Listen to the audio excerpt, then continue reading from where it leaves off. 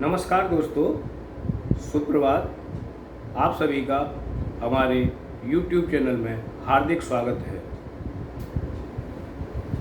आज हम चर्चा करेंगे मोटिवेशन के लिए पंक्चुअलिटी और ट्रैफिक रूल्स की, क्योंकि ये दोनों चीज़ें हमारे सक्सेस के लिए बहुत ज़रूरी है। जनरली हम सभी लोग सुबह घर से थोड़ा बहुत लेट निकलते हैं, फिर ड्यूटी पर या स्कूल पर या अपने संस्थान में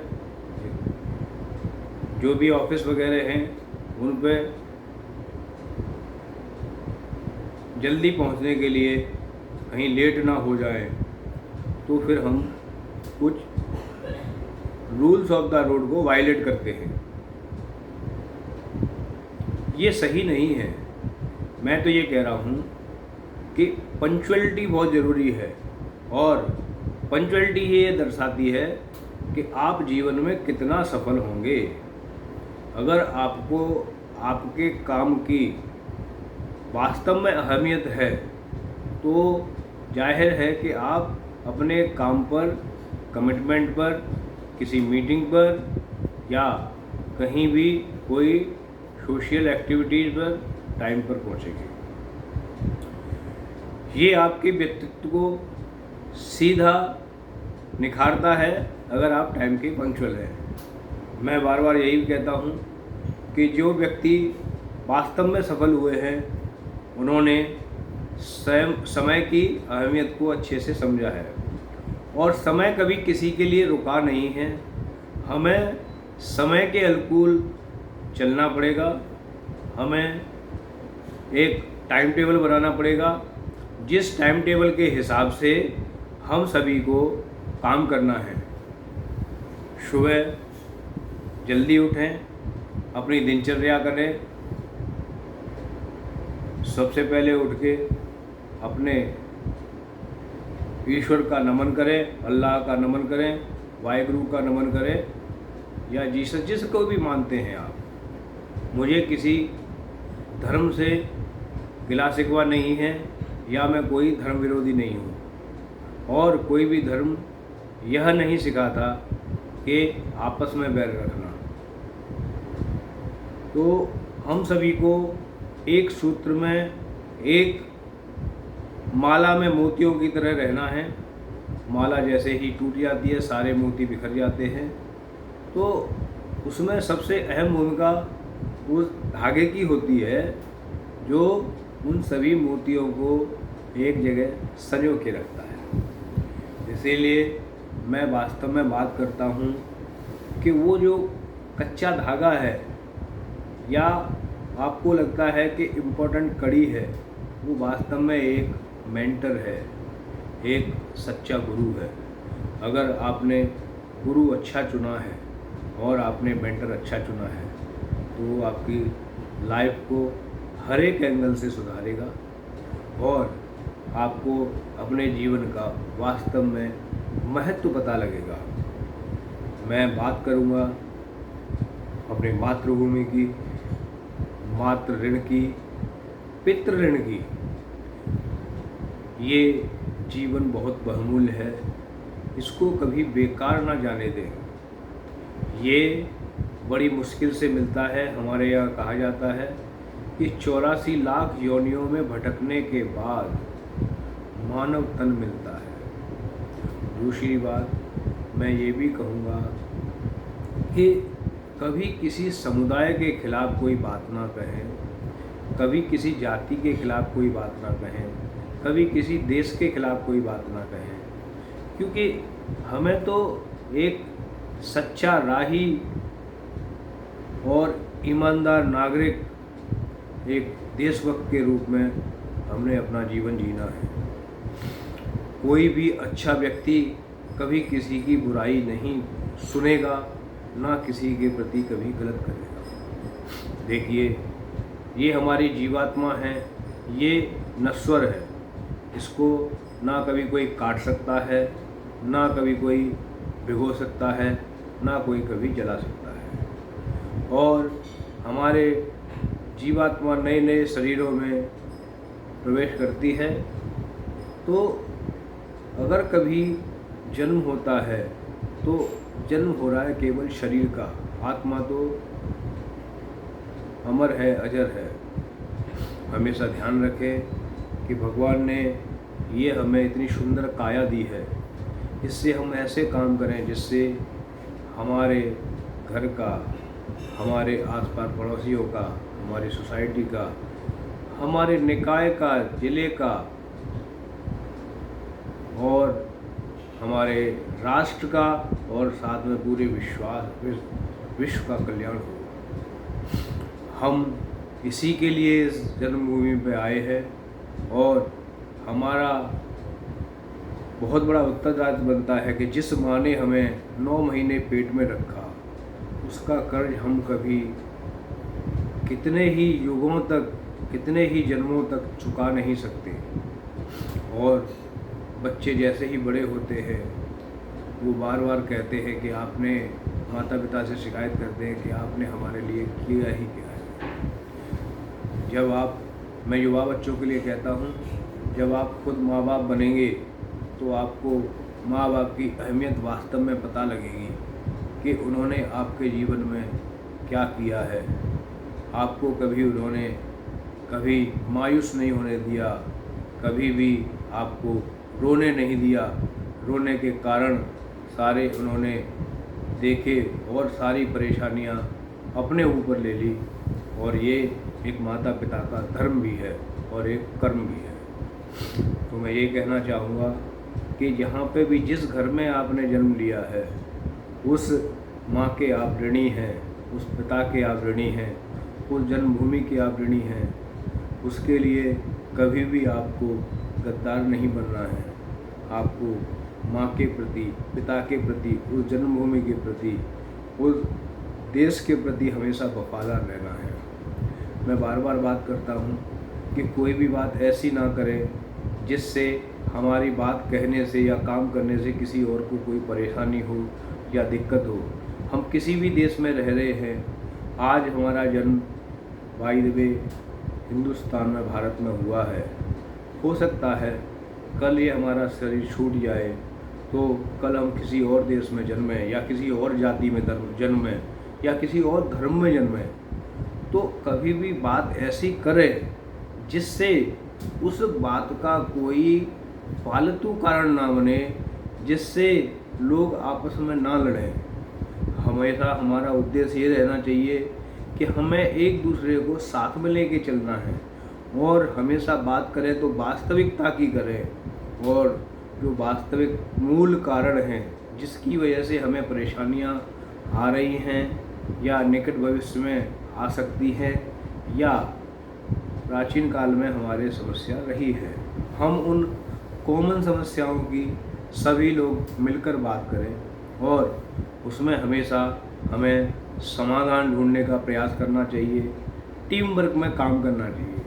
कभी भी किसी एक बड़ी प्रॉब्लम जो सबकी कॉमन है, कोई एक आदमी उसको नहीं सुलझा सकता। जब प्रॉब्लम सबकी कॉमन है, सभी लोगों की प्रॉब्लम है, तो सुलझानी भी हम सबको मिलके पड़ेगी। हम बात करते हैं कि पंक्चुअलिटी की। अगर आप किसी भी काम में अपने पंक्चुअल हैं तो आप अपने जीवन में ज़रूर सफल होंगे। और कभी भी कहीं जाने के लिए जल्दबाजी ना करें। मैंने देखा है कुछ युवा बच्चे गलत तरीके से बाइक या गाड़ियाँ चलाते हैं। वो डेली एक तरह से मौत को न्योता दे रहे हैं। बाय द वे यमराज उस दिन छुट्टी पे है तो हो सकता है कि आप लोगों की जान बच जाए, नहीं तो आए दिन हम देखते हैं डेली बहुत सारे रोड एक्सीडेंट हो रहे हैं। हमें अपने नियम का और जो भी रोड हमने बनाए हैं उनको अच्छे बनाने चाहिए और बेहतर बनाने चाहिए। कभी कभी रोड वगैरह में अचानक कोई गड्ढा आ जाता है, तब भी कोई भी बाइक स्लिप होने या कार के इधर उधर अनबैलेंस होने के चांसेस बहुत होते हैं। मैं ये भी कहूँगा कि ड्राइव भी हमेशा बड़े सावधानी से करें। स्पीड लिमिट में होनी चाहिए। अगर कम स्पीड में आप ड्राइव करेंगे तो चोट लगने के चांस बहुत ही कम है। सबसे पहले बाइक पर बैठने से पहले अपना हेलमेट लगाएं और अगर पीछे कोई भी दूसरा कोई आपका साथी बैठा है उसको भी हेलमेट पहनाएं। ये केवल फाइन के लिए नहीं है, आपका बहुमूल्य जीवन जो बड़ी मुश्किल से मिलता है, अगर उसकी कीमत आप अपने माँ बाप से पूछेंगे तो शायद उनको पता लगेगा कि आपकी माँ ने आपको 9 महीने किस तरह से पेट में रखा, उसके बाद आपको इस लायक बनाने के लिए उन्होंने कितनी जी तोड़ मेहनत करी है और बाप ने आपके प्रति बहुत बड़े उत्तरदायित्व निभाए हैं और माँ बाप की आपसे बहुत उम्मीदें होती हैं। तो लापरवाही की वजह से आप अपने माँ बाप के सपने एक पल में खो सकते हैं, जो कि ये बहुत अच्छी बात नहीं है। ऐसे ही लोग जब कार में सफ़र कर रहे हैं तो कभी भी हेल्प आप जो है बेल्ट नहीं लगाते हैं, बेल्ट केवल फाइन के लिए लगाते हैं, या ओवर स्पीड या ड्रंक एंड ड्राइव करते हैं। ये सब चीज़ें सही नहीं हैं। मैं बार बार कहता हूँ कि चाहे आपका परिवार का सदस्य या किसी दूसरे परिवार का सदस्य, सबकी जान की कीमत एक बराबर है और जान बहुत बहुमूल्य है। जान लेना किसी की बड़ी आसान है, लेकिन ये सब हमारे हाथ में नहीं है। अगर कोई आदमी मर गया है तो हम उसको जीवन दान दे सकें, ये तो केवल भगवान की ही कृपा है, क्योंकि भगवान सर्वव्यापी हैं। वो चाहें तो किसी को जीवित कर सकते हैं या लंबी आयु का वरदान दे सकते हैं, और लेकिन ये सब चीज़ें हमारे हाथ में नहीं है, ना किसी डॉक्टर के हाथ में है। डॉक्टर तब तक हेल्प कर सकते हैं जब तक शरीर रेस्पॉन्स कर रहा है। अगर बॉडी रेस्पॉन्स नहीं करती है तो डॉक्टर भी कुछ नहीं कर सकते। डॉक्टर अपना भरपूर प्रयास करते हैं, लेकिन आप किसी भी तरह की लापरवाही ना करें। प्रॉपर सीट बेल्ट लगाएं और सिंगल लेन ड्राइव करें, ओवर स्पीड बिल्कुल ना करें। अगर कोई यू टर्न आ रहा है तो आपको राइट में जाना है तो आप राइट वाली लेन में कम से कम 200 से 300 मीटर पहले ही अपने टर्न हो जाए। इंडिकेटर बराबर दें, जिससे आपका पीछे वाला कोई भी व्यक्ति है वो अलर्ट हो जाएगा। हमेशा ध्यान रखना है कि अगर आप एक जिम्मेदार नागरिक की तरह देश में काम करेंगे तो आपसे बाकी लोग भी प्रेरित होंगे। नहीं तो अगर कोई आदमी गलती करता है तो वो खुद अपनी जान तो गंवाता ही है, लेकिन हो सकता है किसी और की जान भी चली जाए। जान की कीमत बहुत ज़्यादा है, उसको हम किसी भी तरह चुका नहीं सकते। अभी आपने देखा 12 जून की दुर्घटना में कितने सारे लोग, एरोप्लेन क्रैश हुआ तो बेचारों की जान चली गई। उसमें किसी की कोई गलती नहीं थी, लेकिन अभी भी कुछ पता ही नहीं पा रहा कि वास्तव में क्या टेक्निकल प्रॉब्लम थी। हो सकता है वही इनके बयान में कोई तकनीकी खराबी रही हो, और मुझे लगता है, मुझे उम्मीद है कि वो शायद उसको ठीक भी कर रहे होंगे। तो मैं यही कहूँगा कि पंक्चुअलिटी बहुत ज़रूरी है। अगर आप किसी को पंक्चुअल के बारे में बताते हैं तो जाहिर है कि आपको भी पंक्चुअल होना पड़ेगा। मैं बार बार कहता हूँ कि कथनी मीठी खांड सी करनी मुश्किल हो, आपको कथनी और करनी दोनों एक जैसी करनी पड़ेगी, तभी आपका समाज आपकी इज्जत करेगा और आपका अनुकरण करेगा। मैं बार बार कहता हूँ कि हम कभी भी बंद कमरे में भी वो बात बोल रहे हैं, उसको हम 10 लाख लोगों में भी बोल सकते हैं। इस तरह का आपका आचरण, इस तरह का आपका व्यवहार होना चाहिए। कभी भी कोई हल्की बात ना करें, कभी भी कोई छोटी बात ना करें और अपने व्यक्तित्व को डेली निखारें। मैं बार बार कहता हूँ कि सफल व्यक्ति जो हुए हैं उन्होंने भी बहुत सारी असफलताओं का सामना किया है। अगर आपके जीवन में कोई असफलता आ रही है तो उससे कभी डरे नहीं, उससे सीख है कि हमारा कहाँ कुछ कम रह गया जिसकी वजह से हम इसमें असफल हुए। सारे एंगल से उसको चेक करें, उसके बाद उस पर काम करें और फिर एक नई मंजिल के लिए अग्रसर हों। कोई भी आदमी ऐसा नहीं हो सकता कि हमेशा जीवन भर फेलियर ही हो, लेकिन अगर आप लापरवाही से काम करेंगे तो हो सकता है फेलियर के चांस बहुत बढ़ जाए, लेकिन आप एक अच्छे व्यक्ति, कर्मठ व्यक्ति की तरह काम करेंगे, प्लानिंग के साथ काम करेंगे, एक टीम वर्क में काम करेंगे, अच्छी टीम के साथ काम करेंगे, तो निश्चित रूप से आप सफल होंगे।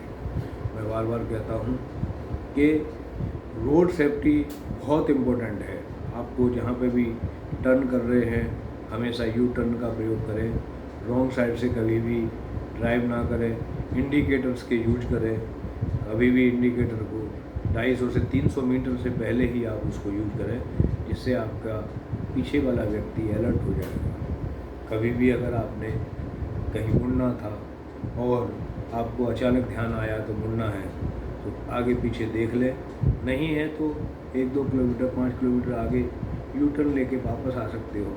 लेकिन अगर छोटी सी गलती से एक बार जान जाती है वो कभी वापस नहीं आएगी। हमेशा ध्यान रखना है कि आप सभी के साथ अपना समन्वय बढ़ाएं। मैं बार बार कहता हूँ कि अच्छे आप व्यक्ति बने, अच्छी आप महिला बने, अच्छी आप बेटी बने, अच्छी आप पत्नी बने, अच्छे आप पति बने, जिससे पारिवारिक रिश्ते आपके मजबूत होंगे, जिससे आपका पड़ोस आपकी इज्जत करेगा, जिससे आपका समाज आपकी इज्जत करेगा, जिससे आपके देश की उन्नति होगी। मैं बार बार कहता हूँ कि जन्म आपका कभी भी कहीं भी किसी भी समुदाय में, किसी भी जाति में या किसी भी देश में हो सकता है। इसलिए आप पहले से मेंटली प्रिपेयर रहें और कभी भी कोई ऐसी बात ना कहें जिससे आपको शर्मिंदगी महसूस हो। और हमेशा आप टाइम के पंक्चुअल रहें, घर से 5 मिनट या 10 मिनट पहले निकलें, जिससे आप टाइम पर पहुँचें। अगर आप किसी भी बड़ी टीम को लीड कर रहे हैं तो आपके जूनियर लोग आपका अनुकरण करेंगे। अगर आप खुद लेट आते हैं तो वो भी लेट आएंगे और आपको एक्सक्यूजेस देंगे। मैं एक अच्छी सी बात बताता हूँ कि जैसी राजा वैसा प्रजा, वैसी प्रजा, जैसा राजा वैसी प्रजा। अगर आप अच्छी लीडरशिप कर रहे हैं और लीडर अच्छे साबित हुए हैं तो आपकी डाउन द लेवल की टीम जो होगी वो आपका अनुकरण करेगी और आप अच्छे से जो इंस्ट्रक्शन दे रहे हैं, आप जो इफ़ेक्टिव कम्युनिकेशन कर रहे हैं उसका पूरी तरह से वो पालन करेगी और आपको अच्छे रिजल्ट्स देगी। जिससे मैं बार बार बोलता हूँ कि आने वाला समय हमारी नई पीढ़ी पर डिपेंड करता है। नई पीढ़ी को फालतू का मोबाइल पे स्क्रॉलिंग, फालतू के सोशल मीडिया, फालतू के कुछ चैनल्स को अवॉइड करना पड़ेगा और हमेशा अपने बड़े गोल्स बनाएं। गोल अचीव वाले होने चाहिए। अगर वो गोल अचीव हो रहे हैं आपको उसको सेलिब्रेट करना चाहिए और एक नए गोल, नए मिशन के लिए तैयार रहना चाहिए। कभी भी कोई बहुत अच्छा मौका आए या कभी कोई परिवार में मुसीबत आए, इन सब से आपको 24 घंटे के अंदर वापस निकल के आना है। कभी भी किसी भी शोक में बहुत महीनों डूबे नहीं रहना है, क्योंकि एक्शन लेने से ही समाधान मिलता है। किसी भी चीज़ को बस बैठकर पछतावे करते रहे हाथ पर हाथ रखे, उससे कभी कोई परिणाम नहीं मिलते हैं। ऐसे ही अगर आपने लाइफ में बहुत अच्छा अचीव किया है तो उसका सेलिब्रेशन बहुत ज़्यादा लंबे टाइम तक ना करें, उसमें अपना समय जाहिर ना करें। अगर आपको अगले मिशन के लिए तैयार होने के लिए टाइम नहीं मिलेगा तो आपका अगला मिशन फेल हो जाएगा। इसीलिए एक अचीवमेंट के बाद उसको सेलिब्रेट ज़रूर करें, जिससे आपके एम्प्लॉय है, आपके टीम मेंबर हैं, उनको पता लगे कि अचीवमेंट का मतलब क्या होता है और आगे के हमारे गोल्स क्या हैं और आगे की सफलता उसी पर निर्भर करती है। हमेशा गोल्स ऐसे बनाने चाहिए जो आसानी से अचीव हो सके और उनका अगला गोल उसी हिसाब से बनाना चाहिए कि वो भी आसानी से अचीव हो जाए। तो हमेशा एनालिसिस करें और गोल 1 या 2% अच्छे ग्रोथ को और अच्छे कंसीडर करके ही बनाएं, जिससे आपकी टीम प्रोएक्टिव रहेगी और वो आपकी ऑर्गेनाइजेशन को काफ़ी आगे ले जाएगी। आज के वीडियो को और ज़्यादा लंबा ना करते हुए धन्यवाद। कल फिर मिलेंगे इसी समय। धन्यवाद।